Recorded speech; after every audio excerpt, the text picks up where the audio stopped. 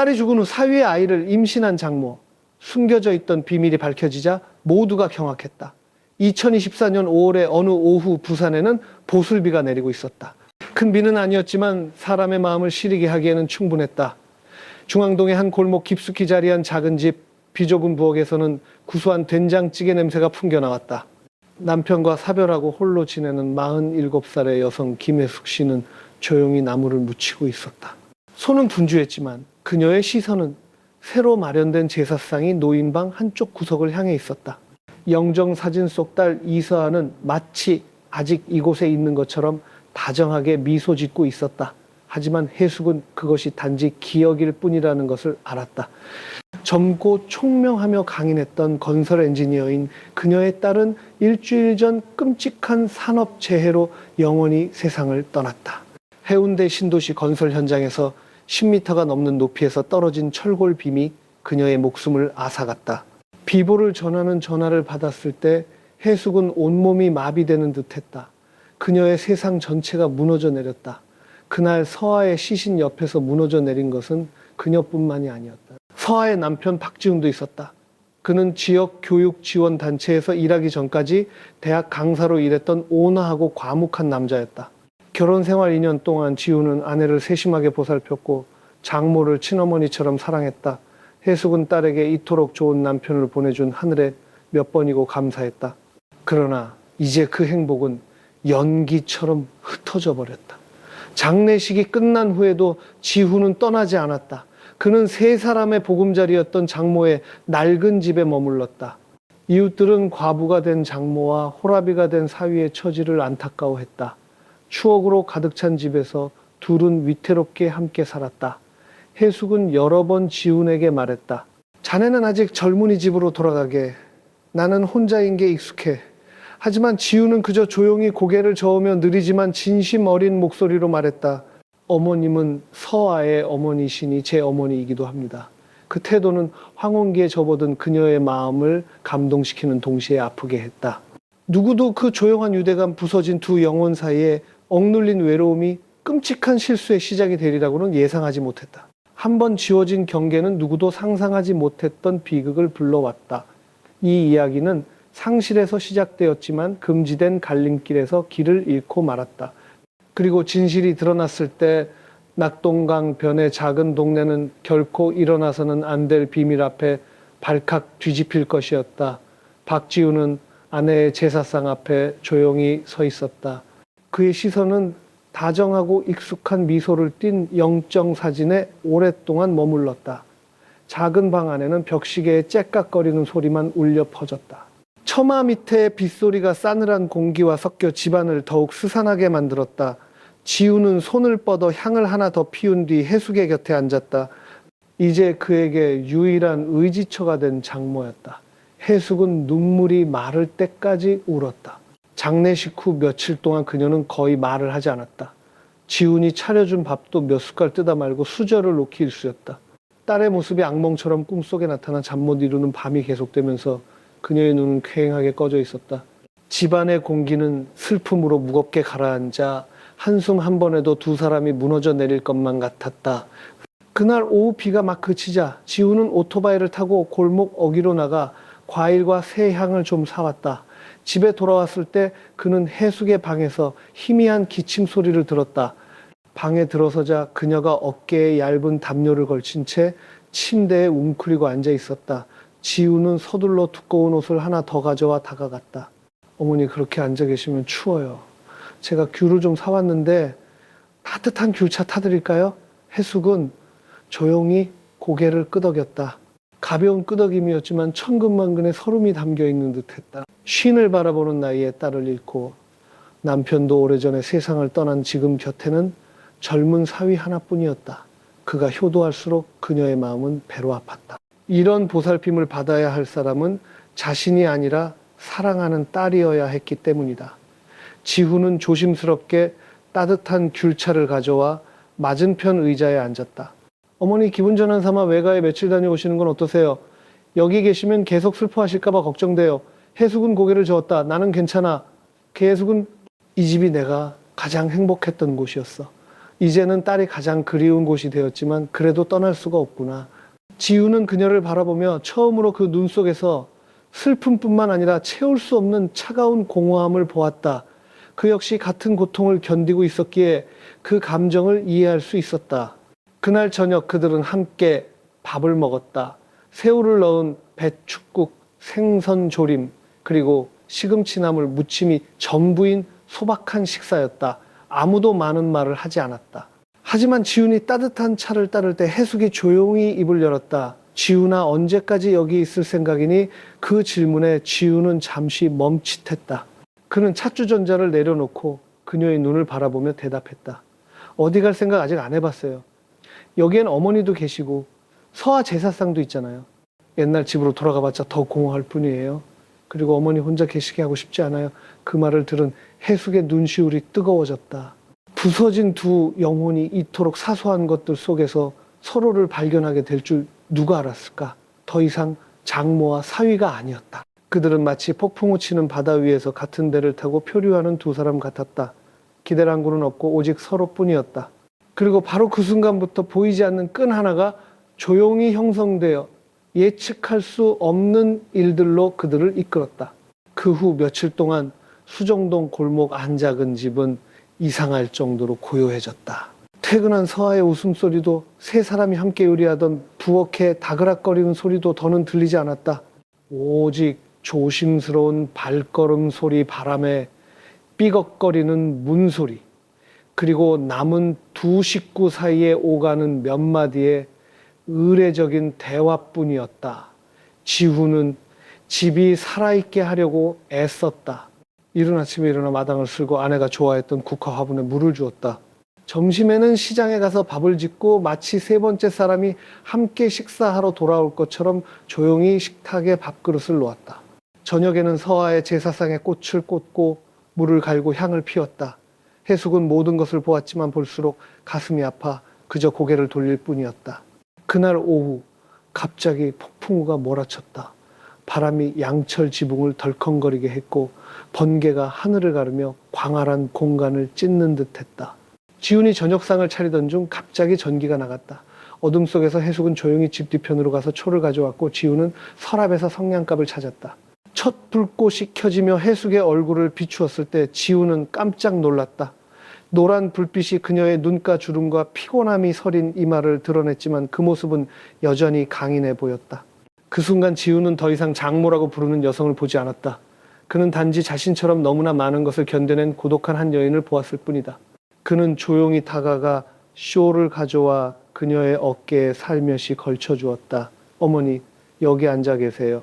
감기 걸리겠어요. 해숙은 살짝 흠칫했다.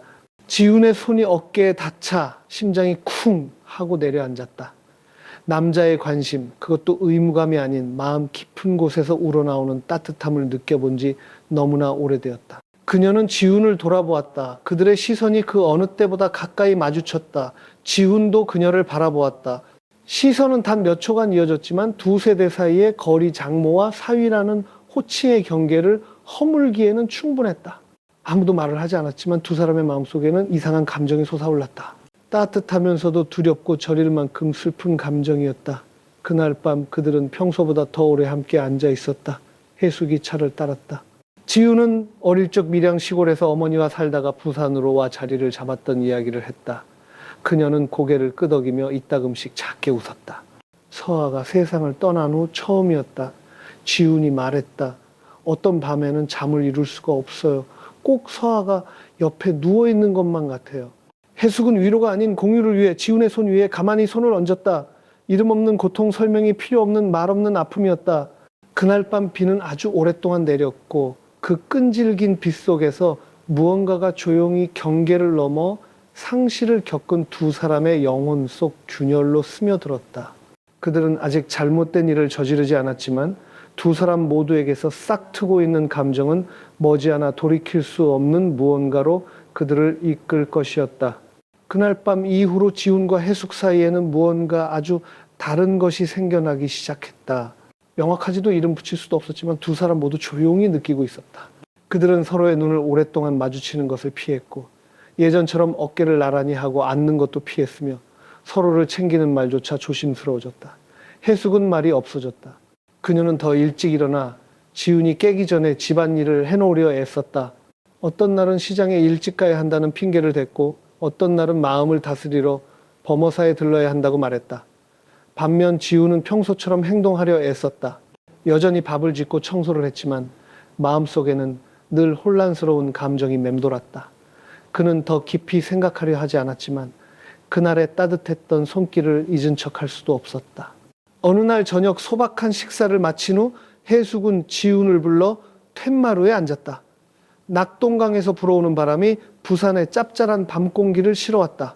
그녀는 뜨거운 찻잔을 들고 먼 곳을 바라보며 물었다.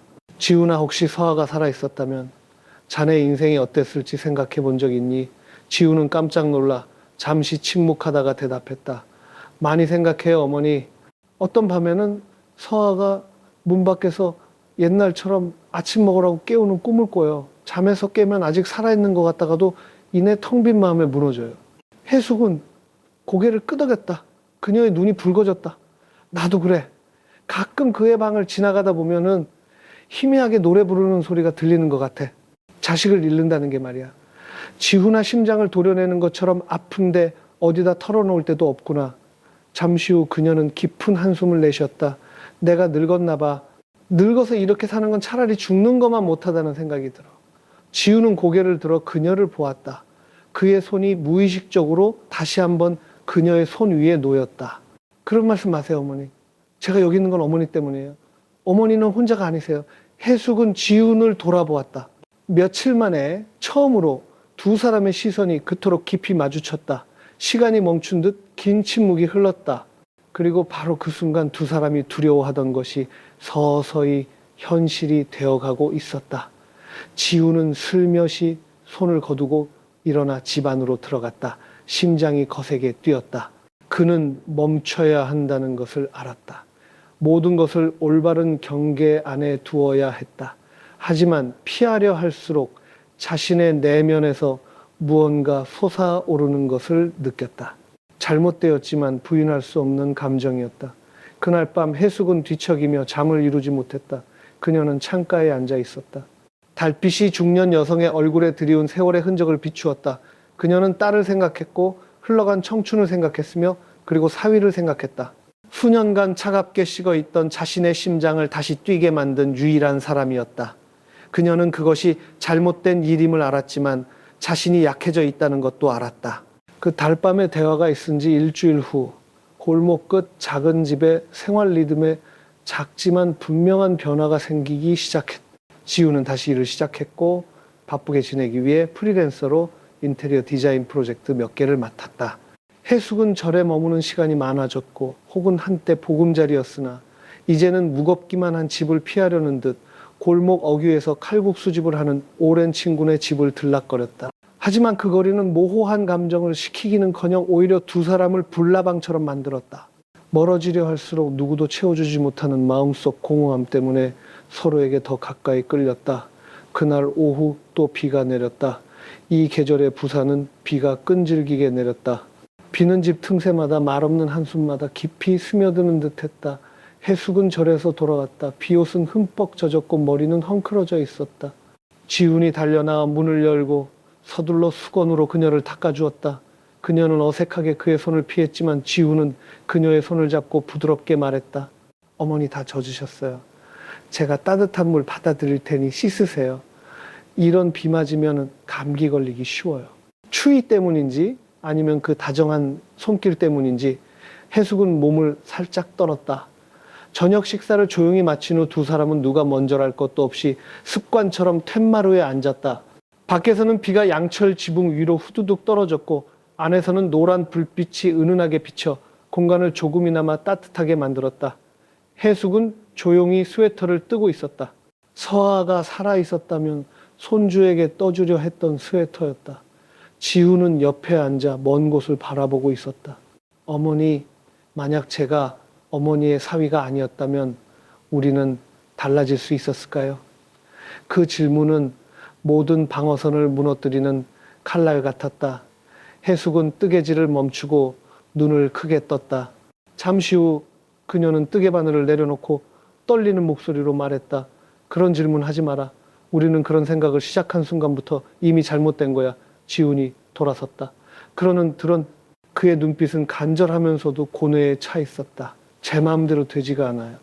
서아가 떠난 날 제 심장도 멎은 줄 알았어요. 하지만 어머니를 볼 때마다 무언가 진짜라는 느낌이 들어요. 대체품도 아니고 죄책감도 아니에요.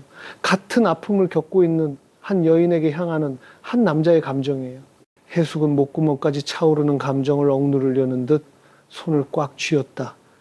그녀는 벌떡 일어나 집으로 들어가려 했지만 지훈이 뒤에서 불렀다. 어머니 죄송해요. 하지만 더는 아무 일 없는 척 할 수가 없어요. 피할수록 제 자신이 더 위선적으로 느껴져요. 어머니는요. 그녀가 돌아섰다. 눈에는 눈물이 가득했다. 그녀는 대답하지 않았지만 그 침묵이야말로 가장 명확한 대답이었다. 그날 밤 지훈은 창가 옆 평상에 누워 뒤척였다. 그는 빗소리를 들었고 옆방에서 들려오는 아주 작은 한숨 소리까지 들었다. 그는 해숙도 잠들지 못하고 있다는 것을 알았다. 자신처럼 그녀도 이성과 혼란스러운 감정 사이에서 힘겨워하고 있었다. 그들은 장모와 사위였다. 사회적으로 윗사람을 공경하고 아랫사람을 아껴야 하는 결코 경계를 넘어서는 안 되는 관계로 규정된 사이였다. 하지만 얄궂게도 상실 속에서 고인의 목소리가 사라진 집안에서 그들은 쓰러지지 않기 위해 서로의 손길이 필요한 고독한 두 인간으로 서로를 마주보게 되었다. 하나의 실수가 바로 눈앞에서 기다리고 있었고 두 사람 모두 인생에서 가장 얇은 경계선을 향해 점차 다가가고 있었다. 다음날 이른 아침 아직 안개가 자욱할 때 해숙은 평소처럼 일찍 일어났다. 하지만 매일같이 부엌으로 향하는 대신 그녀는 딸의 제사상 옆에 조용히 앉아 있었다. 그녀의 입술은 소리 없이 움직였다. 마치 평생의 유일한 딸이자 결코 잊을 수 없는 서아에게 무언가 말하고 싶은 듯했다. 뒤에서 지우는 문에 기댄 채 머리카락에 희끗희끗 서리가 내린 그 여인의 뒷모습을 조용히 바라보았다. 그는 그녀가 자신 못지않게 갈등하고 고통스러워하고 있다는 것을 알았다. 그는 또한 그들의 감정이 아직 뚜렷한 형태를 갖추지는 않았지만 이미 오래전에 한계를 넘어섰다는 것도 이해했다. 만약 한 걸음이라도 잘못 내디디면 돌이킬 수 없는 한계였다. 그날 아침 식사는 침묵 속에서 흘러갔다. 지우는 아주 천천히 식사를 했고 해숙은 우유 한 잔을 마신 뒤 방으로 들어가 버렸다. 그들 사이의 공기는 숨 막힐 듯 무거워졌고 모든 행동은 조심스러웠으며 모든 시선은 서로를 피했다. 하지만 바로 그 어색한 거리감이 두 사람의 마음을 그 어느 때보다 약하게 만들었다. 점심때 지훈이 서아의 낡은 책장을 닦다가 우연히 수첩 한 권을 발견했다. 첫 장에는 서아가 보라색 잉크로 쓴 글씨가 있었다. 만약 언젠간 내가 이 세상에 없더라도 오빠가 나와 엄마 목까지 잘 살아줬으면 좋겠어. 그 글씨에 지훈의 심장이 조여왔다. 그는 주저앉았다. 손이 떨리고 눈앞이 흐려졌다. 그는 서아뿐만 아니라 자신의 양심까지 배신한 사람이 된 것 같았다. 지훈은 수첩을 덮고 툇마루로 나갔다. 낙동강에서 불어오는 바람에 눈이 시렸다. 그는 해숙이 빨래를 널고 있는 것을 보았다.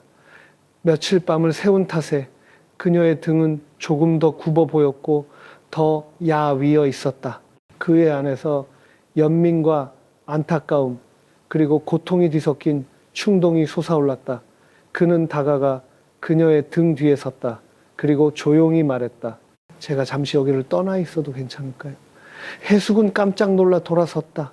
그녀의 눈빛은 당황스러움으로 가득 찼다가 이내 가라앉았다.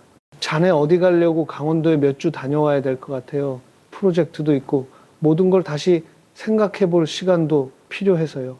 해숙은 가볍게 고개를 끄덕였지만 목소리는 갈라졌다. 알겠다. 아마 그게 좋겠지.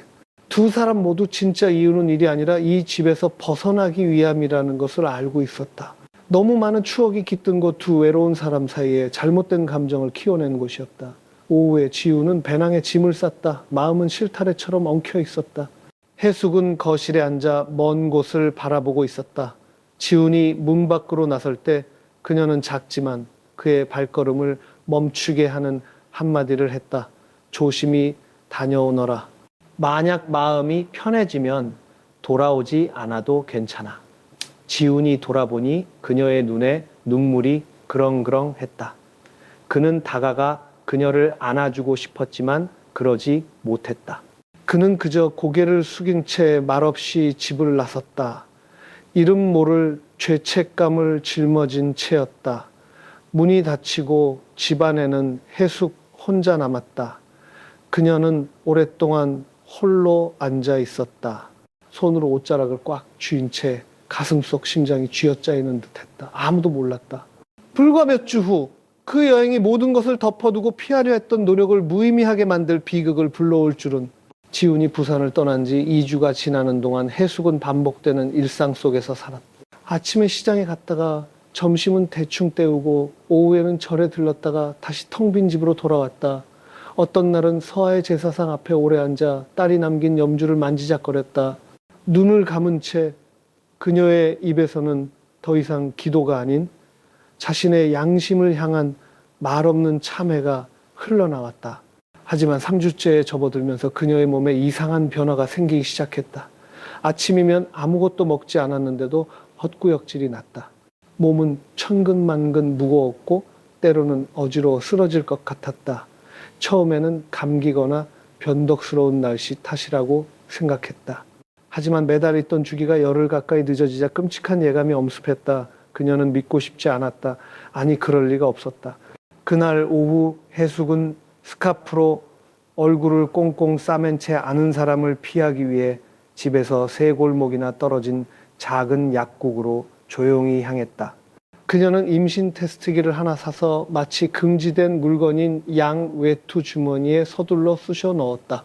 집에 돌아오자 손이 너무 떨려 물컵조차 제대로 들 수 없었다.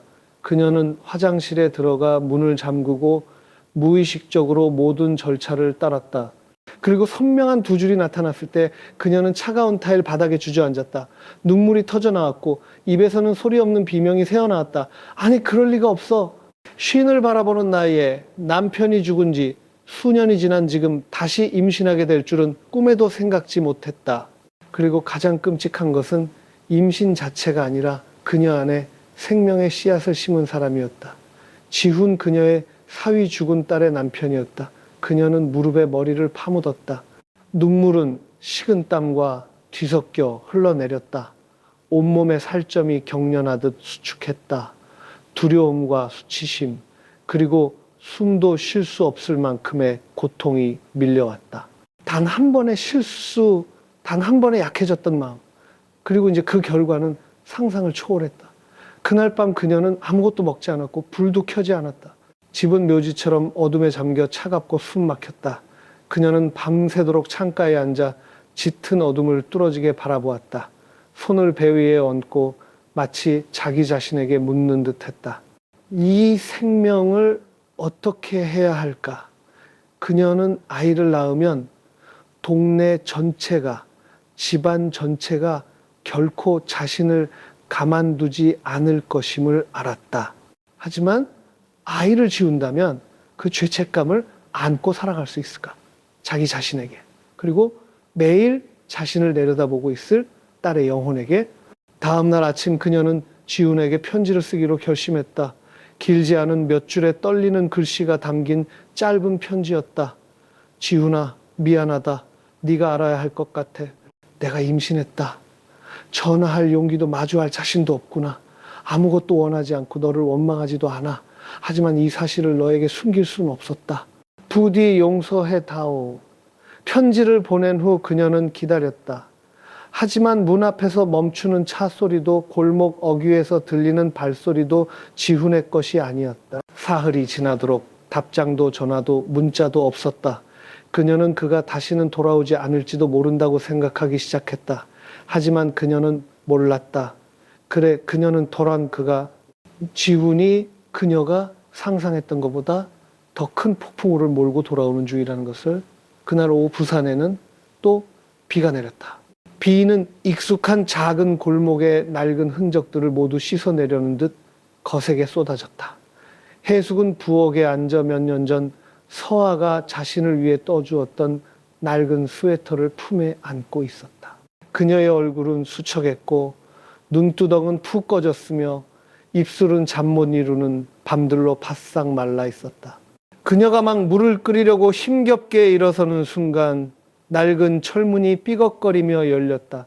현관 앞에서 다급한 발소리가 울렸다. 그녀는 심장이 쿵쾅거리며 멈춰 섰다. 고개를 돌렸을 때 그녀는 지훈을 보았다. 그는 비에 흠뻑 젖은 채 어깨에 배낭을 메고 서 있었다. 그의 눈시울은 붉었다.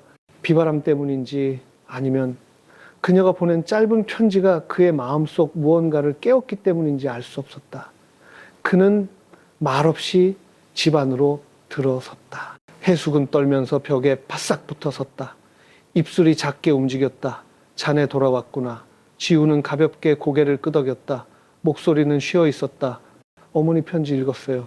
무슨 말을 해야 될지 모르겠어요. 정말 임신하신 거 맞아요. 설명도 변명도 없이 지훈의 질문은 두 사람이 애써 덮어두려 했던 모든 위선의 껍질을 벗겨냈다. 해숙은 멈칫했다. 그녀의 눈은 눈물로 그렁그렁해져 자신의 배를 내려다 보았다. 아직 평평했지만 더 이상 숨길 수 없는 깊은 상처가 되어버린 곳이었다. 자네에게 말할 생각은 없었어. 하지만 자네도 알 권리가 있다고 생각했다. 지우는 의자에 주저앉아 두 손으로 머리를 감쌌다. 비좁은 방 안에는 거친 숨소리와 처마 밑으로 떨어지는 빗소리만이 가득했다. 한참 후에 그가 고개를 들었다. 제가 원망스러우세요. 그 질문에 그녀는 목이 메었다. 그녀는 고개를 저었다. 눈물이 조용히 흘러내렸다. 아니, 원망하지 않아. 더 강하지 못했던 마음이 약했던 나 자신을 원망할 뿐이야. 그래서 이제 와서 지훈은 주먹을 꽉 쥐었다. 그는 소리를 지르고 싶었고 무언가를 부숴버리고 싶었다. 가슴을 옥죄는 죄책감을 떨쳐내고 싶었다. 하지만 그가 한 것은 일어서서 그녀에게 다가가 묻는 것뿐이었다. 어머니, 어떻게 하실 생각이세요? 해숙은 바로 대답하지 않았다. 그녀는 고개를 돌렸다. 목소리가 떨렸다. 모든 가능성을 생각해봤어.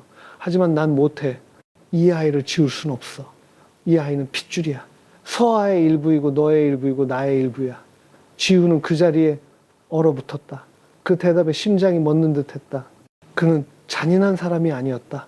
하지만 이 일이 알려지면 누구도 용서하지 않을 것이라는 것을 알았다. 온 집안이, 온 동네가, 사회 전체가 경멸의 눈빛과 가장 혹독한 비난으로 그들을 짓밟을 것이었다. 여기를 떠나는 건 생각해 보셨어요? 이번에는 그녀가 고개를 들어 그를 보았다. 눈빛은 놀라움과 절망으로 가득했다. 어디로 이 집을 버리고 서아의 제사상을 버리고 난 못해. 지우는 배낭끈을 꽉 쥐었다. 입술을 굳게 다물었다. 그는 어머니를 위해 강해져야 하는지 아니면 아직 태어나지 않은 아이를 위해 강해져야 하는지 알 수 없었다. 하지만 어떤 선택이든 고통스러울 것이라는 것은 알았다. 밖에서는 여전히 비가 내렸다. 축축한 나무집 안에서 두 사람은 마치 양심의 판결을 기다리는 것처럼 말없이 마주 앉아 있었다. 그리고 그들은 몰랐다. 불과 며칠 후 이 비밀이 두 사람 모두 예상치 못한 방식으로 새어나가기 시작할 것이라는 것을. 지훈이 돌아온 지 사흘 후 수정동 7번지 골목 끝 작은 집 주변에서 수군거리는 소리가 들리기 시작했다. 처음에는 골목 어귀 슈퍼마켓 아주머니에게서 시작되어 동네 아낙네들 사이로 퍼져나갔다. 누구도 확신에 찬 말을 하진 않았지만 눈빛은 점점 더 캐묻는 듯했다. 무심했던 고갯짓 의미 없던 질문들이 갑자기 무겁게 느껴졌다. 모든 것은 해숙이 해운대 구립병원에 산부인과 검진을 받으러 간 아침부터 시작되었다. 그녀는 여전히 펑퍼짐한 옷으로 배를 가리고 모자를 푹 눌렀었지만 몸은 하루가 다르게 변하고 있었다. 그날 산부인과 의사의 눈빛은 아무것도 묻지 않았지만 그녀를 쥐구멍에라도 숨고 싶을 만큼 부끄럽게 만들기에 충분했다. 수납을 위해 줄을 서서 기다리던 중 그녀는 우연히 서아의 오랜 친구이자 지금은 개인 병원에서 간호사로 일하는 최윤아 씨를 만났다. 윤아의 눈은 해숙이 산모 수첩을 들고 있는 것을 보고 멈칫했다. 해숙은 당황해서 고개를 돌리려 했지만 이미 늦었다. 윤아가 조용히 물었다. 누구 진료보러 오셨어요, 아주머니 혹시? 임신하셨어요. 그 질문은 공간을 가르는 칼날 같았다. 해숙은 몸이 굳었고 얼굴은 새빨개졌으며 손은 천가방을 하얗게 질릴 때까지 꽉 쥐었다. 그녀는 더듬거렸다. 이웃집 아가씨 대신 와준 거야. 부끄러워해서 부탁하더라고. 유나는 더 이상 아무 말도 하지 않았지만 그 의심스러운 눈빛은 첫 번째 의심의 씨앗을 심었다. 그날 저녁 서아의 옛 친구들 단체 채팅방에 익명의 메시지가 돌기 시작했다. 서아 엄마가 임신했다는 소문이 있던데 서아 남편은 아직도 같이 산대. 이상하지 않아 혹시? 그리고 그때부터 모든 것이 통제불능 상태가 되었다. 동네 아주머니들은 해숙의 집 앞을 지날 때마다 일부러 큰 소리로 의미심장하게 말했다. 어머, 이 나이에 애를 낳는다고 손이 참 맵네. 근데 그 집 남편 죽은 지 오래되지 않았나? 누가 씨를 뿌렸을까? 참 대단해. 말 한마디 한마디가 바늘처럼 그녀의 심장을 찔렀다. 그녀는 더 이상 시장에 가지도 골목 어귀 찻집에 앉아있지도 못했다. 절에 가도 스님들의 안타까운 눈빛 때문에 일찍 자리를 떠야 했다. 지훈은 소문이 얼마나 빨리 퍼졌는지 전혀 몰랐다. 그는 여전히 시장에 가고 일하러 가고 아들처럼 그녀를 돌보기에 평정심을 유지하려 애썼다. 하지만 바로 그 평범함이 외부인들의 의심을 더욱 키웠다. 어느 날 오후 지훈이 마당에서 막 세차를 끝냈을 때 슈퍼마켓 아주머니가 땅콩 한 봉지를 들고 들렀다. 지훈 씨 어머니, 요즘 힘드신가 봐. 병원에 자꾸 다니시는 것 같던데 배를 보아하니 임신한 것 같기도 하고. 지훈은 몸이 굳었다. 그는 일이 이렇게 빨리 닥칠 줄은 몰랐다. 그는 어색하게 웃으며 말했다. 아, 어머니 자궁에 혹이 있어서 정기 검진 받으시는 거예요. 아주머니는 더 이상 아무 말도 하지 않았지만 살짝 올라간 입꼬리와 나는 다 안다는 식의 고갯짓에 지우는 등골이 서늘해졌다. 그날 저녁 그와 해숙은 밥을 먹었지만 아무도 제대로 삼키지 못했다. 골목 어기 아이들의 킥킥거리는 웃음소리가 부엌 안까지 울려 퍼졌다. 한 아이가 큰 소리로 외쳤다. 해숙 할머니 임신했대. 우리 엄마가 그랬어. 해숙은 젓가락을 떨어뜨렸다. 그녀는 차갑게 식은 밥상을 멍하니 바라보았다. 지우는 얼어붙었다. 집안의 공기는 꽁꽁 얼어붙은 듯했다. 어머니, 이 일 더는 숨길 수 없을 것 같아요. 해숙은 오랫동안 침묵하다가 한숨을 쉬며 떨리는 목소리로 말했다. 알아. 하지만 안다고 해서 뭐가 달라지니? 말해봤자 누가 믿어주고 누가 받아주겠어. 말 안 하고 살려면 여기서 도망쳐 죄인처럼 사는 수밖에 없지. 지우는 고개를 숙였다. 그는 반박할 수 없었다. 가장 큰 폭풍우가 아직 앞에 기다리고 있다는 것을 알았기 때문이다.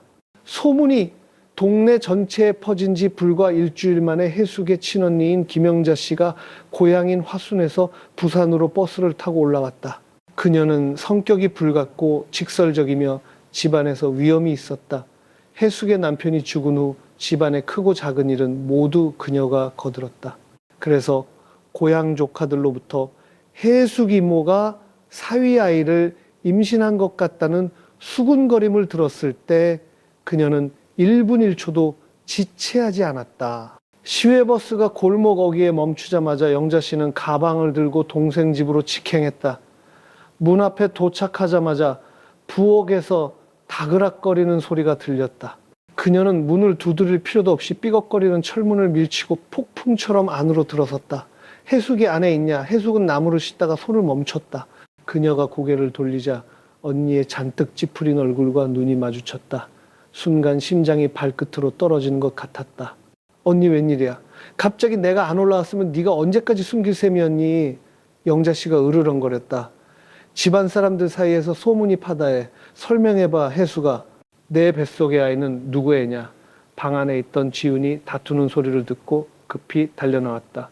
영자 씨를 보고 그는 잠시 멈칫하며 작게 인사했다. 큰어머님 안녕하세요. 영자 씨는 휙 돌아서서 그를 쏘아보았다. 그래, 지훈이 자네도 똑똑히 말해야지. 서아 죽은 날부터 지금까지 여기 있었잖아. 이제 장모가 임신했는데 세상 사람들이 다 장님인 줄 알아. 방 안의 공기는 납처럼 무겁게 가라앉았다. 지우는 손을 꽉 쥐고 해숙을 보다가 천천히 말했다. 큰어머님 죄송합니다. 모든 게 사실입니다. 세상에 맙소사 영자 씨는 소리를 지르며 가방을 테이블에 세게 내리쳤다. 너 들었니? 해수가 너 미쳤구나. 걔는 네 사위야. 네 딸 서아의 남편이라고. 너한테 염치라는 게 조금이라도 있니? 해숙은 의자에 주저앉았다. 손이 덜덜 떨렸고 얼굴은 새하얗게 질렸으며 입술은 움직였지만 말이 나오지 않았다. 지훈이 다가가 그녀를 부축하려 했지만 영자 씨가 그의 손을 거칠게 뿌리쳤다. 더 이상 쟤한테 손대지 마. 너는 아직 젊어. 이런 일에 엮이면은 네 인생도 끝장이야, 지훈아. 지훈은 영자 씨를 똑바로 쳐다보았다. 눈은 붉었지만 목소리는 여전히 단호했다. 큰어머님, 변명할 생각 없습니다. 하지만 제가 책임지겠습니다. 혜숙 어머니를 버리지 않을 거고 아이도 버리지 않을 겁니다. 잘못한 만큼 벌은 제가 다 받겠습니다. 그게 고상한 짓인 줄 아니 영자 씨는 비웃었다. 네가 서아를 한 번 더 죽이는 거야. 걔가 저 세상에서 이걸 알면 무덤 파고 일어나서 너희들 낯짝을 다 긁어놓을 거다. 혜숙은 울음을 터뜨렸다. 그녀는 얼굴을 감싸고 나뭇잎처럼 떨었다. 그때서야 그녀는 겨우 한마디를 내뱉었다. 아, 언니 미안해. 내가 마음이 약했어. 내가 잘못했어. 정말 잘못했어. 하지만 영자 씨는 누그러지지 않았다. 그녀는 두 사람을 똑바로 가리켰다. 나한테 너 같은 동생은 이제 없어. 고향에 내려가서 집안 사람들한테 너랑 의절하라고 할 거다. 다시는 제사 지내러 올 생각도 마. 말을 마친 그녀는 획 돌아서서 문으로 향했다.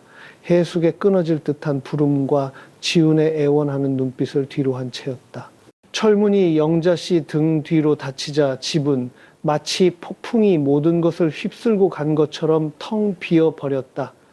혜숙은 주저앉아 지훈의 어깨에 머리를 기대고 목 놓아 울었다. 지훈은 그녀의 어깨를 꽉 잡았다. 마음은 갈등으로 가득했다. 그는 이제부터 그들이 외로울 뿐만 아니라 가족에게서도 공식적으로 버림받았다는 것을 알았다. 그리고 최악은 이것이 이제 시작에 불과하다는 것이었다. 큰언니가 떠난 지 사흘 후 수정동 골목 끝 집은 그 어느 때보다 고요해졌다. 찾아오는 사람도 안부를 묻는 사람도 없었다. 이웃들은 지나갈 때마다 곁눈질과 반은 농담, 반은 진담인 수근거림만 남겼다. 저 집 동네에서 아주 유명해졌네. 혜숙은 거의 집 밖으로 나가지 않았다. 그녀는 서아의 제사상 옆에 앉아 조용히 향을 피웠다. 붉어진 눈은 마치 딸아 엄마를 용서해 다오 라고 말하는 듯했다. 지훈은 눈에 띄게 야위었다. 사방에서 압박이 조여왔다. 그는 여전히 평정심을 유지하려 애썼지만 눈에는 항상 출구 없는 방황이 서려 있었다. 식사 때마다 그는 혜숙 옆에 앉아 반찬을 집어주었지만 두 사람 모두 제대로 삼키지 못했다. 그날 오후 두 사람이 툇마루에 앉아 있는데 갑자기 문을 다급하게 두드리는 소리가 났다. 혜숙이 몸을 일으켰고 지훈은 나가서 문을 열었다. 문 앞에는 대학 시절부터 서아의 가장 친한 친구였던 유나가 서 있었다. 그녀는 흰 셔츠를 입고 있었고 얼굴은 초췌했지만 눈빛은 칼처럼 날카로웠다. 혜숙을 보자마자 그녀는 입을 열었다. 아주머니랑 지훈 오빠랑 잠시 얘기 좀 할 수 있을까요? 혜숙은 고개를 끄덕였다. 목소리가 떨렸다. 들어오너라. 거실에는 아무도 말을 꺼내지 않았다. 차도 인사도 없었다. 유나는 가방을 내려놓고 서류 뭉치 하나를 꺼냈다. 그것은 혜숙이 구립병원에 몰래 제출했던 임신 신고서였다. 한쪽 구석에는 김혜숙 47세 임신 9주 이상이라고 명확하게 적힌 서명이 있었다. 유나는 서류를 그들 쪽으로 살짝 밀며 지훈을 똑바로 쳐다보았다. 설명해 주실 수 있어요? 지훈은 침묵했다. 방 안은 쥐 죽은 듯 고요했고 벽에 걸린 시계의 째깍거리는 소리만 들렸다. 유나는 혜숙에게로 고개를 돌렸다. 눈시울이 붉어지기 시작했다. 아주머니 믿을 수가 없어요. 그냥 소문인 줄 알았는데 정말 사실이었어요. 혜숙은 고개를 숙인 채 대답하지 않았다. 눈물이 흐르기 시작했다. 유나의 목소리가 메었다. 아주머니, 서아가 아주머니를 얼마나 사랑했는지 아세요? 살아있을 때 저한테 그랬어요. 엄마는 내 평생 최고의 친구고 유일한 기댈 곳이라고. 그런데 이제 그 기댈 곳이 딸의 남편이랑 상상도 못할 짓을 한 거예요. 지우는 가만히 앉아 있을 수 없었다. 그는 일어서며 쉰 목소리로 말했다. 유나야, 네가 화난 거 알아? 하지만 모든 게 네가 생각하는 그런 게 아니야. 제가 생각하는 그런 게 아니라고요. 유나가 비웃었다. 장모님이랑 잤잖아요. 이제 임신까지 하셨는데 제가 생각하는 그런 게 아니라고요. 제가 누군데요? 3살짜리 어린애인 줄 아세요? 해숙은 울음을 터뜨리며 겨우 한마디를 내뱉었다. 미안하다. 변명할 말이 없어. 내가 잘못했다. 내가 잘못했어, 얘야. 유나는 눈물을 닦으며 한 글자 한 글자 힘주어 말했다. 아주머니는 그냥 잘못한 게 아니에요. 친딸을 배신한 거예요. 이 뱃속 아이로 서아를 2번 죽이는 거라고요. 그녀는 벌떡 일어나 가방을 들고 지훈을 쏘아보았다. 오빠는 내가 아는 사람 중에 최악의 배신자예요. 난 오빠가 좋은 사람인 줄 알았는데 길거리에 남봉꾼만도 못해요. 그리고 그녀는 해숙을 향해 조용히 말했다. 아주머니 양심에 찔리는 대로 사세요. 하지만 이제부터 저를 서아 엄마처럼 보실 생각은 마세요. 너무 마음이 아파요. 말을 마친 그녀는 서둘러 문 밖으로 나갔다. 문이 닫히는 소리는 해숙의 마음속에서 무언가 부서지는 소리 같았다. 그녀는 지훈의 어깨에 머리를 파묻고 흐느꼈다. 더는 못 견디겠다. 서아야, 엄마가 미안해. 지훈은 아무 말도 하지 않았다. 그는 그저 남아있는 유일한 반사작용처럼 그녀를 꽉 껴안았다. 하지만 그의 마음속에서는 유나의 마지막 말이 계속해서 울려 퍼졌다. 친딸을 배신한 거예요. 그리고 그는 이제 더 이상 돌아갈 길이 없다는 것을 알았다. 유나와의 대면 후 일주일이 지나자 해숙은 눈에 띄게 기력이 쇠하는 모습을 보이기 시작했다. 그녀는 자주 두통과 현기증을 호소했고 하루에도 몇 번씩 구토를 했다. 이미 창백했던 얼굴은 더욱 수척해졌고 손발이 떨려 몇 걸음만 걸어도 숨을 헐떡였다. 지훈은 걱정으로 안절부절 못했다. 그는 그녀를 데리고 부산의 큰 병원으로 다시 갔다. 초음파 결과 태아는 정상적으로 자라고 있었지만 그녀의 몸은 지속적인 스트레스와 영양 부족 혈압 이상으로 쇠약해져 있었다.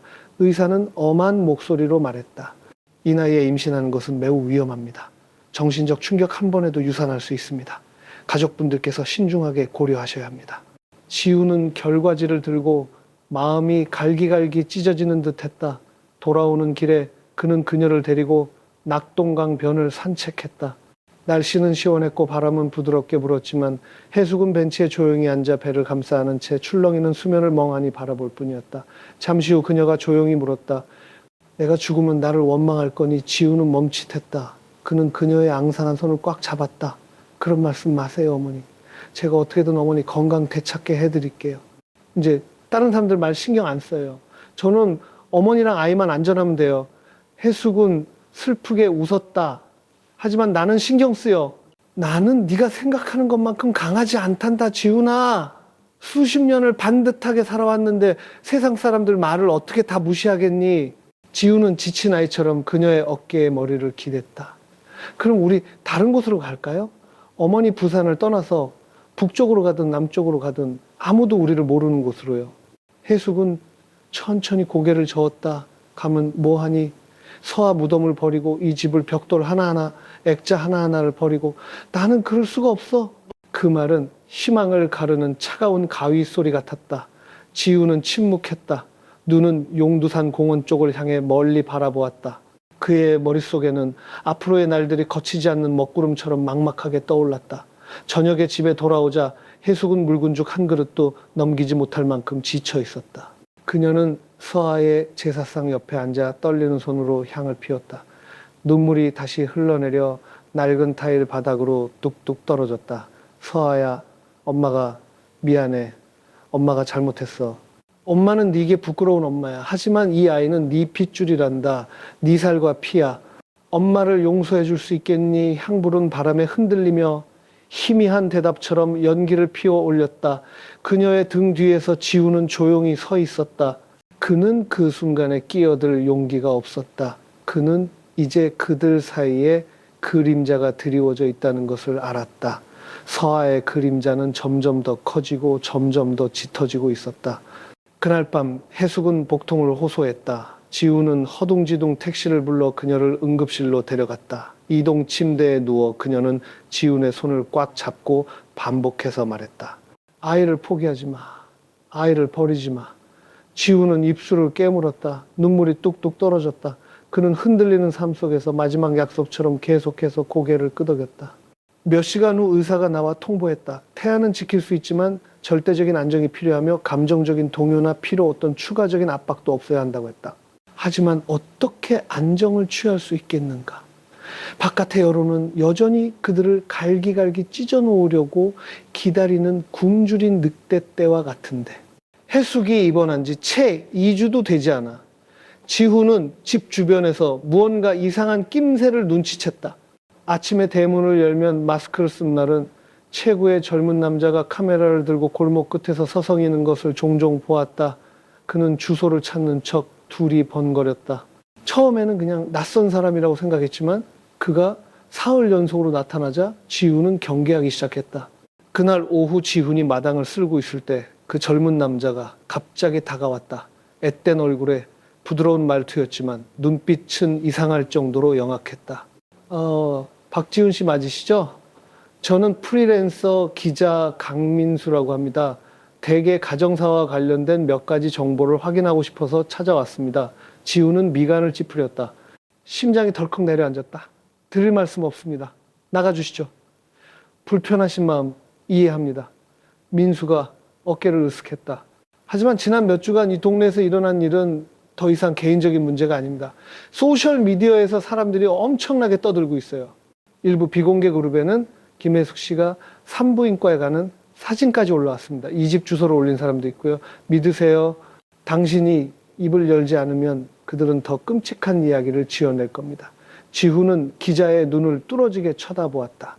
그는 흥분과 호기심을 보았지만 동정심은 조금도 찾아볼 수 없었다. 나가달라고 했습니다. 제 이야기는 당신이 조회수나 좋아요를 벌기 위한 것이 아닙니다. 민수는 옅게 웃으며 주머니에서 종이 한 장을 꺼냈다. 제 전화번호입니다. 마음이 바뀌면 전화 주세요. 객관적인 기사 하나가 어쩌면 당신의 명예를 조금이나마 되찾는데 도움이 될지도 모르죠. 지훈은 종이를 받지 않았다. 그는 차갑게 말했다. 명예는 필요 없습니다. 저는 그저 제가 사랑하는 사람이 평온하기를 바랄 뿐입니다. 민수는 어깨를 으쓱하고 고개를 끄덕인 뒤 돌아서서 걸어갔다. 하지만 몇 걸음 가지 않아 그는 다시 돌아보며 덧붙였다. 솔직히 말씀드리면 당신이 입을 열지 않으면 다른 사람이 할 겁니다. 이웃이든 아내의 친구든 심지어 김혜숙 씨 본인이든 말이죠. 아시잖아요. 세상 사람들은 숨기는 것보다 드러내는 걸 더 좋아한다는 걸. 그리고 그는 떠났다. 지훈은 마당 한가운데 멍하니 서 있었다. 그날 부산 날씨는 이상할 정도로 무더웠지만 지훈의 등은 마치 심장 속에서 바람이 불어오는 것처럼 싸늘했다. 그날 밤 해숙이 신경 안정제를 먹고 뒤숭숭한 잠에 빠져들었을 때 지훈은 홀로 툇마루에 앉아 칠흑 같은 어둠을 바라보았다. 테이블 위에는 서아의 친구들이 있던 옛 단체 채팅방의 알림으로 화면이 켜져 있었다. 서아네 집일 어떻게 된 거야? 진짜 끔찍하다. 확실히 아는 사람이 있어. 지훈이 오빠 진짜 장모님이랑 같이 사는 거 맞아. 해숙 아주머니 배 더 불러오면 빼도 박도 못하겠네. 메시지들은 마치 바늘처럼 계속해서 살을 찔렀다. 지훈은 화면을 끄고 전화기를 테이블에 던졌다. 그는 갑자기 사람들의 심판이 그리고 뜬 소문 하나로 한 사람의 인생을 끝장낼 수 있는 저 바깥 세상이 두려워졌다. 다음날 지훈이 막 병원에서 약을 사러 갔을 때 약국의 젊은 약사가 처방전을 내밀며 그를 보고 혀를 찼다. 박지훈 씨 많이 힘드시겠어요? 근데 정말 대단하시네요. 지훈은 깜짝 놀랐다. 무슨 말씀이세요? 오늘 아침에 인터넷 신문에 났어요. 딸 죽은 후 장모와 동거 임신까지. 이름은 안 썼지만 사진은 흐릿하게 나와서 누가 봐도 알겠더라고요. 지훈은 몸을 돌려 떠났지만 마음속으로는 이미 일이 통제불능 상태가 되었다는 것을 알았다. 그날 오후 집에 돌아오자 그는 해숙이 전화기 화면 앞에서 꼼짝 않고 앉아있는 것을 보았다. 눈물이 뚝뚝 떨어지고 있었다. 그녀의 손에는 막 선정적인 뉴스 사이트에 공유된 기사가 들려 있었다. 선을 넘은 사랑딸 죽은 후 사위의 아이를 임신한 장모, 그 뒤에 숨겨진 가슴 아픈 진실이라는 거대한 제목이 얼굴을 강타하는 듯 했다. 그녀가 고개를 들어 지훈을 보았다. 목소리가 갈라졌다. 사람들이 다 알아버렸어. 지훈은 주먹을 꽉 쥐었지만 더 이상 화를 낼 기력도 없었다. 그는 이번 파도가 더 이상 소문이 아니라는 것을 이해했다. 그것은 진짜 폭풍이 되어버렸다. 그날 저녁 골목 끝 작은 집은 소름 끼치도록 고요했다. 텔레비전 소리도 모기 소리도 없이 해숙의 무거운 숨소리와 방 안을 오가는 지훈의 느린 발걸음 소리만 남았다. 그는 고등학교 시절부터 친했던 친구와의 통화를 막 끝낸 참이었다. 친구는 그에게 당장 부산을 떠나라고 조언했다. 강원도에 사는 아는 형이 지훈이 작은 집을 빌리고 신분증을 받고 한동안 조용히 살 수 있도록 도와줄 수 있다고 했다. 너 안 가면 큰일 나. 신문에도 났잖아. 잘못하면 내일 기자들이 카메라 들고 문 앞에 들이닥칠 거야. 지훈은 자신의 핏줄을 품고 있는 여인 한때 아내의 어머니였던 이제는 두려움 가득한 눈빛으로 침대에 누워있는 장모를 보았다. 그녀가 놀랄 때마다, 숨을 헐떡일 때마다, 복통으로 신음할 때마다 지훈의 심장은 쥐어짜이는 듯했다. 그는 더 이상 물러설 곳이 없다는 것을 알았지만 떠난다는 것은 무엇을 의미하는가? 도망치는 것, 모든 것을 버려두는 것, 범죄자처럼 사라져 여론이 마음대로 떠들게 내버려두는 것이었다. 그날 밤 지훈은 잠들지 못했다. 그는 툇마루에 앉아 불 붙이지 않은 담배를 손에 쥔 채 먹구름 가득한 하늘을 올려다 보았다. 멀리서 들려오는 파도 소리는 마치 미지의 곳에서 들려오는 희미한 부름 같았다. 그는 서아를 생각했다. 세상을 떠난 아내의 청춘의 일부, 그리고 한때 해숙을 어머니라 부르게 했던 이유, 그는 서아의 영정 앞에서 그녀의 못다한 삶까지 대신에 반듯하게 살겠다고 맹세했었다. 그런데 지금 그는 그녀의 어머니를 품에 안고 곧 태어날 아이를 기다리고 있었다. 그는 자신이 누구인지 더 이상 알 수 없었다. 다음날 이른 아침 지훈은 버스 터미널로 갔다. 그는 강릉행표를 파는 창구 앞에서 오랫동안 조용히 서 있었다. 떨리는 손을 지갑 위에 얹었지만 꺼낼 수가 없었다. 머릿속에는 해숙의 목소리가 울렸다. 아이를 포기하지 마. 나를 버리지 마. 그리고 큰언니의 목소리도 나한테 너 같은 동생은 이제 없어. 유나의 실망 가득한 눈빛도 떠올랐다. 아주머니가 딸을 2번 죽이는 거예요. 지훈은 몸을 돌려 걸었다. 그는 표를 사지 않았다. 어디에도 가지 않았다. 그는 집으로 돌아왔다. 대문을 열자마자 그는 문 앞에 모여있는 한 무리의 사람들을 보았다. 어떤 이는 촬영을 하고, 어떤 이는 마이크를 들고, 어떤 이는 전화기로 라이브 방송을 하고 있었다. 회색 재킷을 입은 30대 남자가 다가왔다. 박지훈 씨 맞으시죠? 저는 X채널 기자입니다. 몇 가지 여쭤보고 싶습니다. 지훈은 그 자리에 멈춰섰다. 그는 주위를 둘러보았다. 이웃들이 점점 더 많이 모여들었다. 함께 차를 마시고 간장을 빌려주던 익숙한 얼굴들도 있었다. 이제 그들은 마치 이상한 생물체를 보는 것처럼 수군거리며 그를 향해 손가락질하고 있었다. 지훈은 대답하지 않았다. 그는 조용히 대문을 닫았지만 부르는 소리는 계속해서 울려 퍼졌다. 박지훈 씨 아내가 죽은 후 장모님과 어떤 관계였습니까? 뱃속 아이의 아버지가 맞습니까? 당신의 행동이 비도덕적이라고 생각하지 않습니까? 지훈은 아무 말도 하지 않았다. 닫힌 대문 안에서 그는 해숙이 창가에서 핏기 없는 얼굴로 덜덜 떨며 앉아있는 것을 보았다. 그는 달려가 그녀를 꽉 껴안고 속삭였다. 어머니 저 아무 데도 안 가요. 제가 남아서 어머니랑 우리 아이 지킬게요. 해숙은 소리 없이 울었다. 뜨거운 눈물이 그의 가슴팍으로 떨어졌다. 그리고 그 순간 지훈은 자신이 선택했다는 것을 알았다. 저 바깥 세상 전체와 맞서 싸워야 할지라도 문 앞에서 소동이 있은 지 사흘 후 문틈으로 쑤셔 넣어진 노란 봉투 하나가 이미 숨막히던 집안의 공기를 더욱 질식시킬 듯 조여왔다. 지훈이 봉투를 열자 안에는 해운대구 주민센터에서 온 출석 요구서가 들어있었다. 내용은 명확했다. 박지훈 씨와 김혜숙 씨는 미풍양속을 저해하고 지역사회의 안녕과 질서를 해치는 행위에 대한 고발 내용과 관련하여 조사를 위해 주민센터로 출석해 주시기 바랍니다. 고발인의 이름은 없었고 단지 짧은 문구만 적혀 있었다. 저는 X동 15통에 거주하는 주민입니다.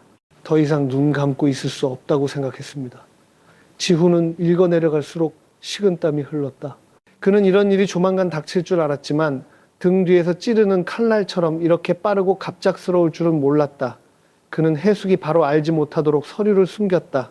하지만 그날 오후 그녀는 결국 발견했다. 그녀가 그를 보는 눈빛은 모든 것을 꿰뚫어 본 듯했다. 주민센터에서 우리를 불렀구나. 그렇지. 지훈은 말없이 고개를 끄덕였다. 누가 고발했니? 지훈이 다시 고개를 끄덕였다. 이제 정말 끝이구나.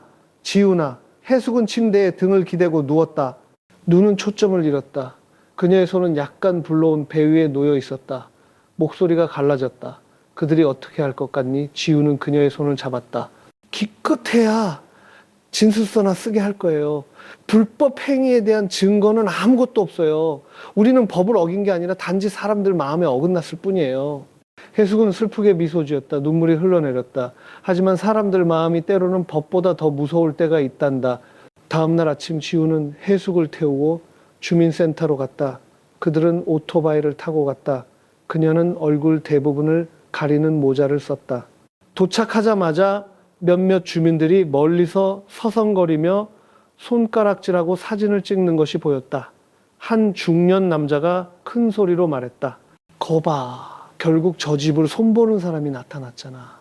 민원실에는 젊은 공무원 2명이 기다리고 있었다. 그들은 딱딱하거나 찌푸린 얼굴은 아니었지만 말은 날카로웠고 절차는 쉽지 않았다. 김혜숙 씨와 박지훈 씨의 비정상적인 관계에 대한 주민들의 민원이 접수되었습니다. 특히 김혜숙 씨가 임신 중이라는 정보는 사실입니까? 지훈이 가볍게 고개를 끄덕였다. 네 사실입니다. 뱃속 아이의 아버지가 본인임을 인정하십니까? 지훈이 똑바로 쳐다보며 말했다. 인정합니다. 공무원은 약간 미간을 찌푸렸지만 이내 기록을 하고 펜을 내려놓았다. 네, 죄송하지만 이 질문을 드려야겠습니다. 장모와 사위 관계가 간접적인 혈연 관계의 성격을 띠며 이 일이 전통적인 도덕 가치에 위배된다는 것을 인지하고 계십니까? 지훈은 주먹을 꽉 쥐고 바닥을 내려다 보았다. 알고 있습니다. 하지만 두 사람 모두 행위 능력이 있다면 법이 이를 금지하지 않는다는 것도 알고 있습니다. 변명하는 것이 아닙니다. 저는 제 마음에 따라 살았을 뿐입니다. 공무원은 몇 초간 침묵했다. 다른 공무원이 입을 열었다. 이 서류는 추가 검토를 위해 구청으로 이관될 것입니다. 현재로서는 구체적인 제재 조치는 없습니다. 하지만 지역 사회의 반발이 계속될 경우 추가 조사를 받거나 강제 이주 조치를 당할 수도 있으니 마음의 준비를 하시는 것이 좋겠습니다. 해숙은 처음부터 끝까지 조용히 앉아 있었다.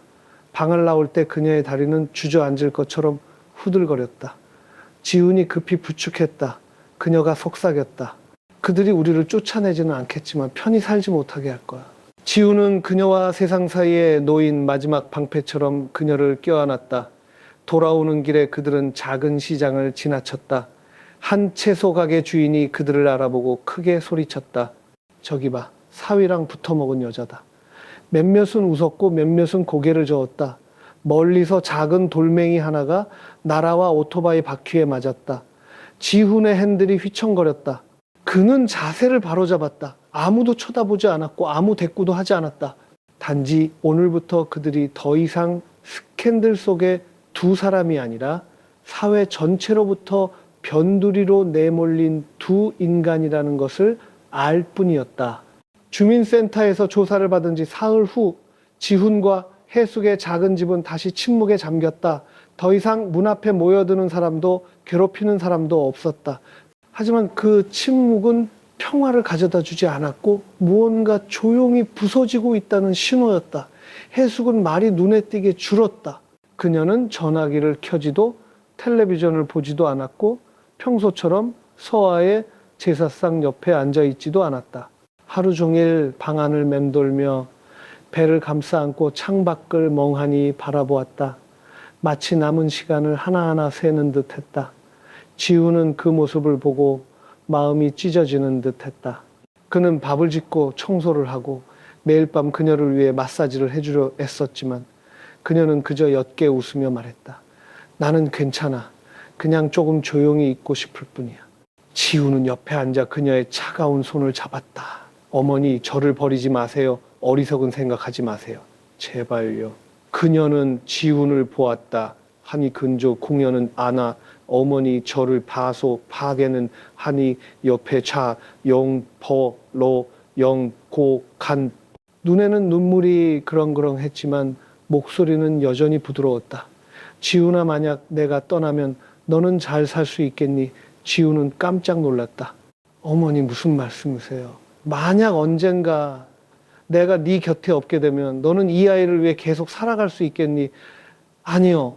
어머니 없는 삶은 필요 없어요. 해숙은 손을 들어 그의 머리를 쓰다듬었다. 눈빛은 다정하면서도 안타까웠다.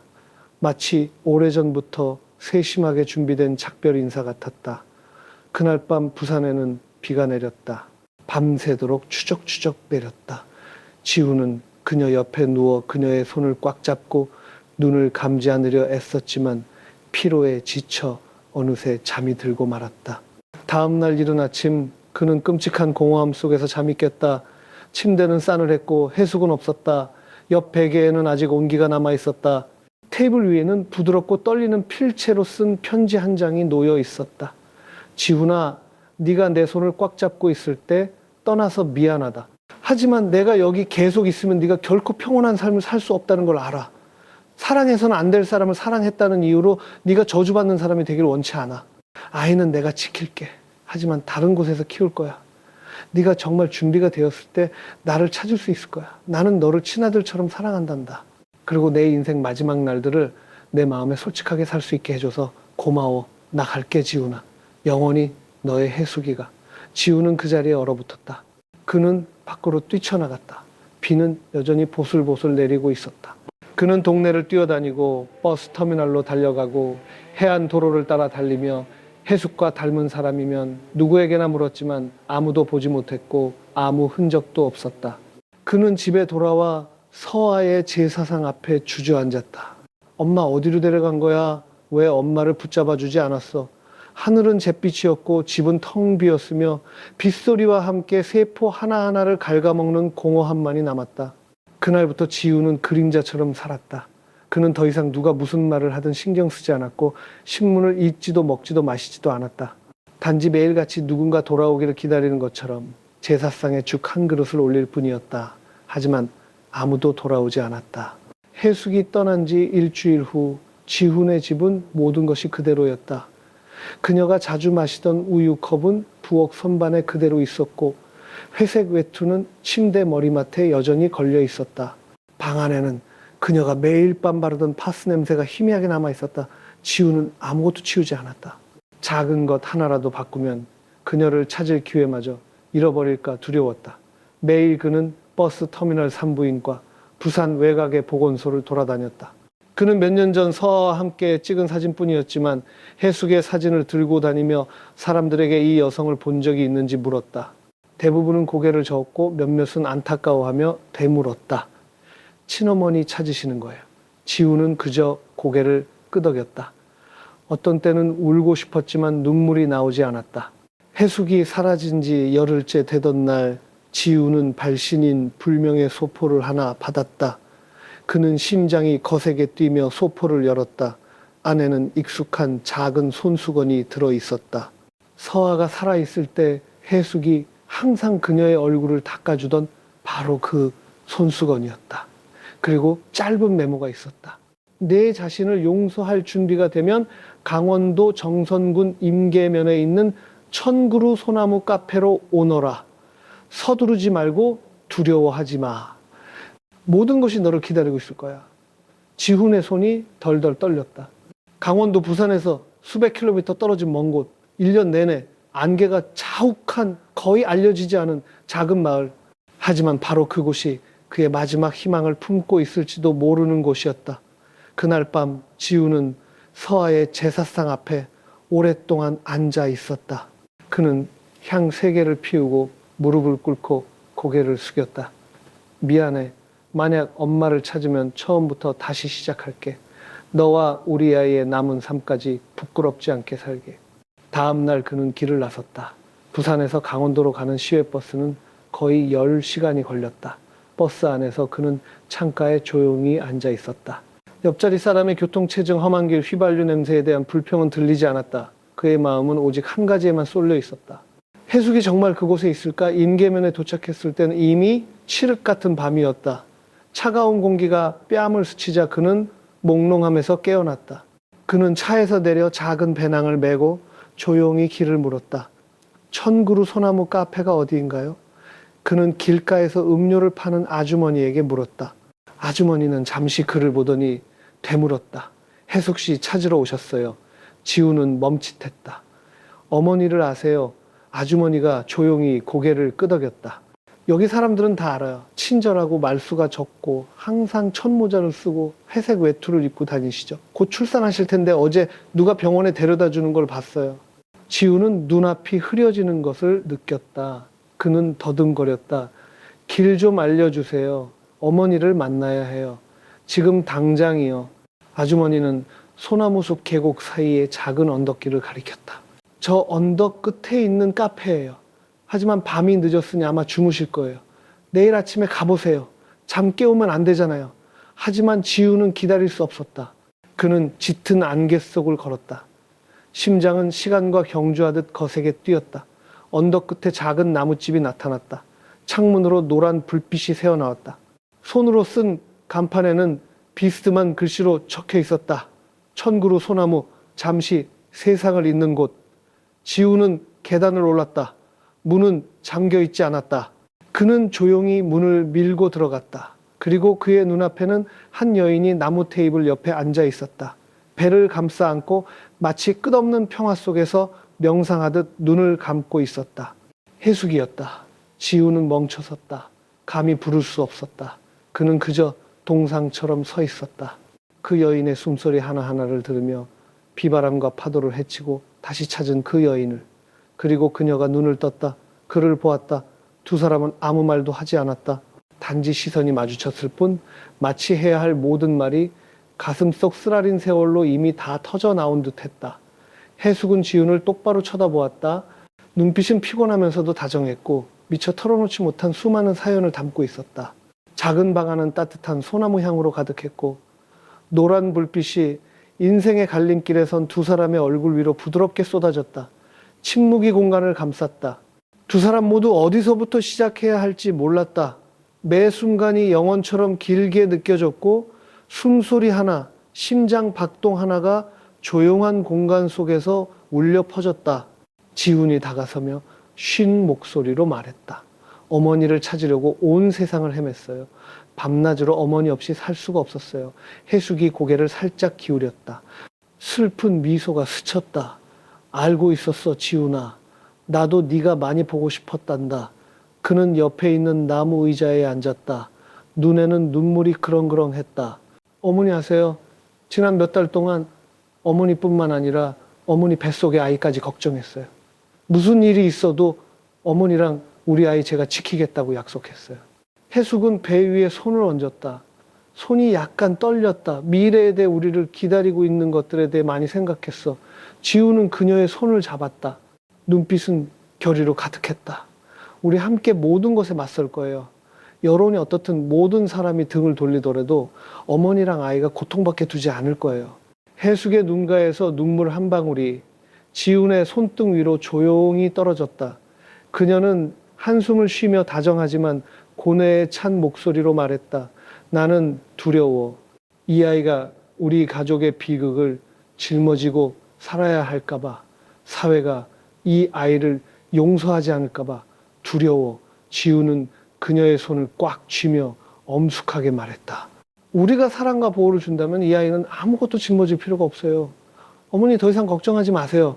그 순간 모든 고뇌와 의심, 고통이 사라지고 드문 평온이 찾아오는 듯 했다. 해숙은 지훈을 보았다. 눈빛에는 더 이상 의심이 아닌 희망이 가득했다. 아이가 태어날 때까지 네 곁에 있고 싶어. 지훈이 미소 지었다. 몇 달 만에 처음으로 그의 눈에는 절망이 아닌 다른 것이 담겨 있었다. 그가 속삭였다. 다시는 어머니 혼자 두지 않을게요. 두 사람은 말없이 함께 창밖을 내다보았다. 반짝이는 가로등 불빛이 밤의 푸른색과 어우러져 앞으로의 길이 여전히 험난할지라도 새로운 시작을 약속하는 듯했다. 천그루 소나무 카페에 이른 아침, 햇살이 나뭇잎 사이로 스며들어 지훈과 해숙이 나란히 앉은 소박한 나무 테이블 위로 쏟아졌다. 공기는 부드러웠지만 지나간 긴 세월의 슬픔이 여전히 남아있었다. 지훈은 배출 서류, 건강검진 서류, 그리고 해숙의 임신 기간 동안의 권리와 관련된 몇 가지 서류를 손에 들고 있었다. 그는 확신에 찬 목소리로 말했다. 어머니 아이가 최고의 보살핌을 받을 수 있도록 최선을 다할 거예요. 제가 여기 있는 산모 지원 사회단체에 연락해놨어요. 우리를 기꺼이 도와주겠다고 했어요. 해숙은 지훈을 보며 따뜻한 눈빛으로 드물게 미소 지었다. 정말 고맙다 지훈아. 앞으로의 길이 험난하겠지만 더 이상 외롭지 않다는 느낌이 들어. 지훈은 그녀의 손을 꽉 잡았다. 어머니 안심하세요. 누구도 어머니와 아이에게 상처 주게 두지 않을 거예요. 우린 서로를 위해, 우리 딸과 이 아이를 위해 살 거예요. 하지만 인생은 꿈과 같지 않았다. 바로 그날 오후 두 사람이 식당에서 밥을 먹고 있을 때 낯선 사람들이 나타났다. 그들은 지역 주민들뿐만 아니라 사회단체의 제복을 입은 엄숙한 얼굴들도 있었다.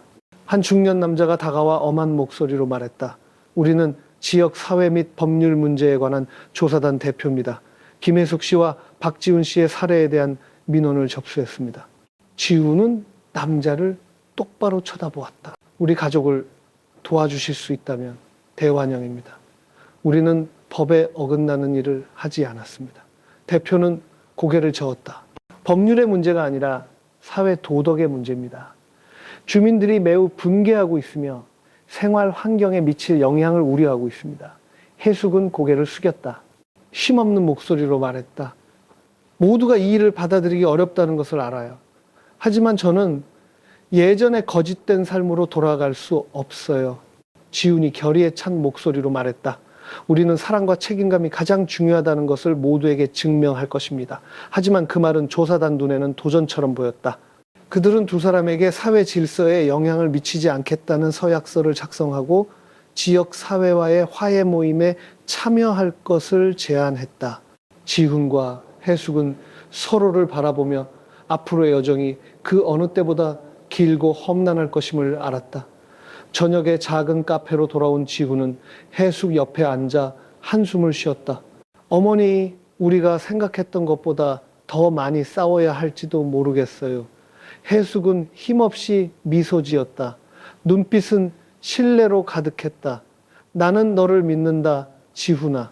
우리가 서로를 포기하지 않는 한 모든 것을 극복할 수 있을 거야. 인생의 안개와 폭풍 속에서 사랑과 인내의 작은 불빛이 함께 나아가는 두 사람의 길을 여전히 비추고 있었다. 하루하루가 지나면서 해숙과 지훈의 이야기는 임계면의 작은 공동체 안에서 멈추지 않는 거친 파도처럼 퍼져나갔다. 캐묻는 눈빛, 뜬 소문, 그리고 심지어 도발적인 행동들까지 더해져 공기는 숨막힐 듯 무거워졌다. 그날 아침 지훈과 해숙은 음식을 사러 시장에 나갔다. 가게에 들어서자마자 지훈은 주변 사람들의 기묘한 침묵을 느낄 수 있었다. 수근거리는 소리가 날카로운 칼날처럼 시선 하나하나를 따라다녔다. 채소를 팔던 한 중년 여인은 해숙을 보자마자 거리낌 없이 소리쳤다. 아주머니 시장에 나오면서 부끄럽지도 않아요. 사위 아이를 임신하고도 이렇게 대놓고 다니다니. 몇몇 다른 사람들이 가세하면서 시장 안은 조롱 섞인 웃음소리와 거친 말들로 폭발할 듯했다. 해숙은 고개를 숙였다. 눈빛은 슬펐지만 눈물을 애써 참았다. 지훈은 바로 옆에 서서 엄한 목소리로 말했다. 모두 그만둬 주십시오. 이건 저희 가족의 일입니다. 저희는 법이나 도덕에 어긋나는 일을 하지 않았습니다. 존중해 주시길 바랍니다. 하지만 그 말은 허공으로 흩어졌다. 몇몇 젊은이들이 소리를 지르며 작은 싸움을 일으키려 했다. 지훈은 해숙의 손을 잡고 가게를 빠져나와 오토바이 쪽으로 서둘러 걸었다. 무력감과 분노가 그의 마음속에서 차올랐다. 천그루 소나무 카페로 돌아온 해숙은 주저앉아 한숨을 쉬었다. 나 이제 지쳤다. 지훈아, 더 이상 견딜 수 있을지 모르겠어. 지훈은 그녀를 보았다. 눈엔 눈물이 가득했다. 그런 생각 마세요, 어머니. 우리가 얼마나 많은 시련을 이겨냈는데요. 서로가 있는 한 극복하지 못할 것은 없어요. 하지만 해숙의 눈에는 여전히 눈물이 맺혀 있었다. 그녀가 작게 말했다. 나는 이 아이가 심판과 차별 속에서 자랄까봐 두려워. 내 잘못 때문에 아이가 고통받을까봐 두려워. 지훈은 해숙의 배 위에 손을 얹고 낮은 목소리로 말했다. 이 아이는 절대 외롭지 않을 거야. 제가 이 아이를 지켜줄 거고 어머니와 함께 더 밝은 미래를 만들어 갈 거예요.